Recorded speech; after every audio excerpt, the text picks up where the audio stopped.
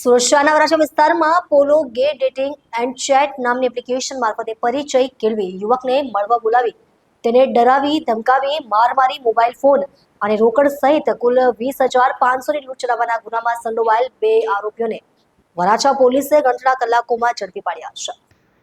પોલીસના જણાવ્યા મુજબ ફરિયાદી મોહમ્મદ આસિફ મુસા શેખની એપ્લિકેશન મારફતે એક વ્યક્તિ સાથે ઓળખાણ થઈ હતી। ત્યારબાદ તેને વરાછાની અર્ચના સ્કૂલ પાસે મળવા બોલાવવામાં આવ્યો હતો। ત્યાંથી હરિધામ સોસાયટી નજીક આવેલા ઓરેન્જ પાર્ક પાસેના અંડર કન્સ્ટ્રક્શન બિલ્ડિંગના 5મા માળે લઈ જવામાં આવ્યો હતો।